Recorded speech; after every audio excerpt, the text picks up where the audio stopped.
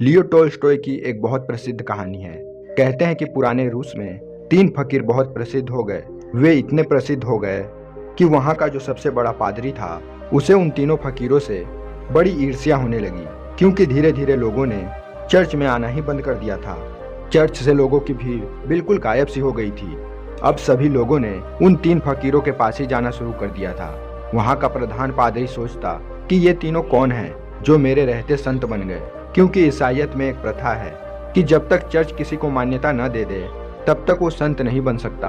पादरी बड़ा परेशान रहने लगा, क्योंकि लोगों में चर्च की लोकप्रियता दिनों दिन कम होती जा रही थी। लेकिन एक दिन तो हद ही हो गई। पादरी पूरे दिन तक चर्च में बैठा रहा, लेकिन एक भी व्यक्ति चर्च नहीं आया। पादरी के क्रोध का ठिकाना न रहा। उसने निश्चय किया कि आज तो उन तीनों फकीरों की खैर नहीं, आज तो मैं उन तीनों को सबक सिखाकर ही रहूंगा। वो अपनी पूरी पादरी वेशभूषा में तैयार हुआ। उसने सोने का ताज पहना, हाथ में प्रधान पादरी का प्रतीक वाला सोने का डंडा लिया और चल पड़ा उन तीनों से मिलने। वो तीनों एक बड़ी सी झील के उस पार रहा करते थे। पादरी एक नाव में बैठकर झील के उस पार पहुंचा। थोड़ा आगे चलने पर उसे एक पेड़ के नीचे 3 सीधे साधे बैठे हुए इंसान दिखे। वे तीनों पलथी मारकर चुपचाप उस पेड़ के नीचे बैठे हुए थे।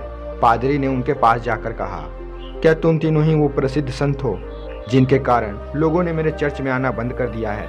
उन तीनों ने कहा, संत? अरे नहीं नहीं, हम किस बात के संत? हम संत बनने के लायक नहीं हैं। ये तो यहाँ के लोग कहते हैं कि हम तीनों संत हैं। पता नहीं किसने ये झूठी अफवाह फैला दी, जिसे सुनकर लोगों की भीड़ यहाँ आती है। हम तो रोज ही इन्हें मना करते हैं कि यहाँ मत आया करो, लेकिन हम जितना मना करते हैं भीड़ उतनी ही बढ़ती जा रही है।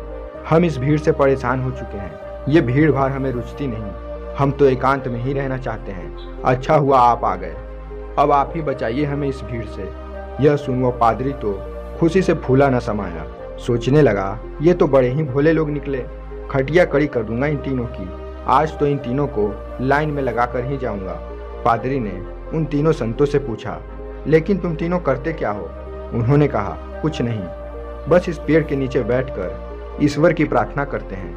पादरी ने पूछा, बाइबल कहाँ है? उन तीनों ने अपना सिर नीचे झुका लिया। पादरी ने पूछा, क्या हुआ?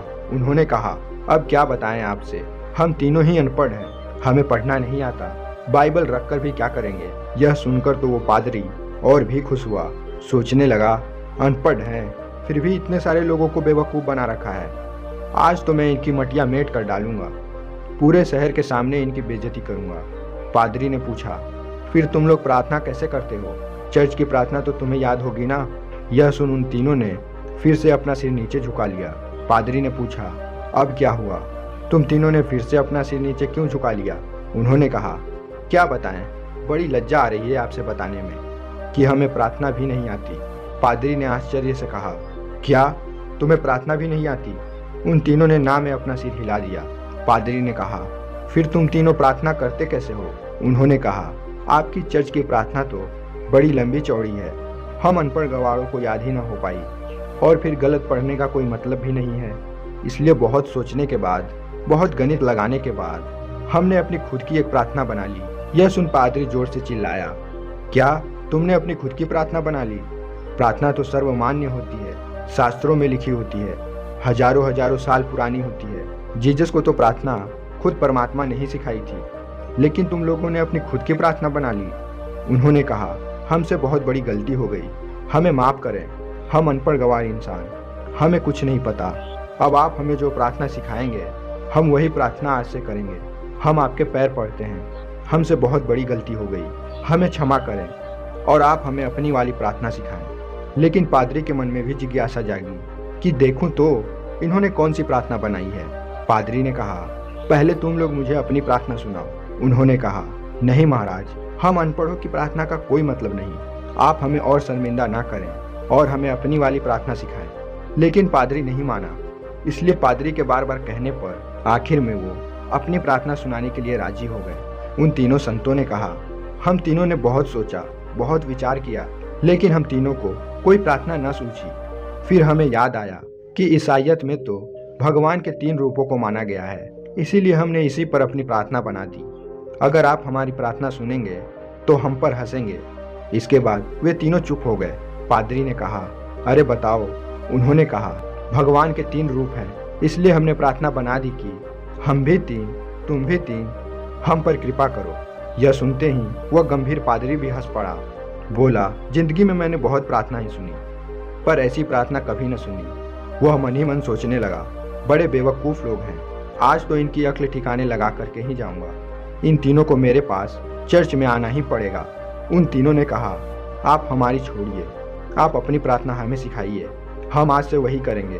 पादरी ने उन्हें चर्च की प्रार्थना सिखानी शुरू की। उन्होंने कहा, एक बार और। पादरी ने फिर से सुनाई। उन्होंने कहा, एक बार और। पादरी ने तीसरी बार सुनाई। उन्होंने कहा, एक बार और, कहीं भूल न जाएं। पादरी ने फिर से सुनाई। उन्होंने कहा, एक आखिरी बार और। पादरी ने कहा, घबराओ मत, कभी कभी चर्च भी आया करो, धीरे धीरे तुम लोगों की भी जिंदगी सुधरने लगेगी, और अगर रोज आओगे तो ये प्रार्थना भी सीख जाओगे। जी, जैसी आपकी आज्ञा। पादरी बड़ा खुश हुआ। उसने कहा, तुम लोग डरना मत, चर्च आओ, मैं तुम्हें माफ कर दूंगा और लोगों से भी माफ करवा दूंगा। उन्होंने कहा, आपका बहुत बहुत धन्यवाद, आप बड़े महान इंसान हैं। पादरी ने सोचा, चलो एक झंझट छूटी, इन मूर्खों को तो लाइन पे ले आया। वह अपनी नाव पर बैठकर वापस जाने लगा। नाव अभी झील के बीचों बीच पहुंची ही थी कि पीछे से कुछ लोगों की चिल्लाने की आवाज आई।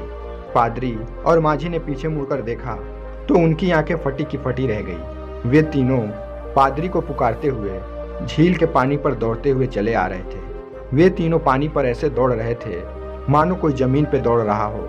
यह देखकर तो पादरी के हाथ से वो सोने का डंडा छूटकर वही नाव पर गिर गया।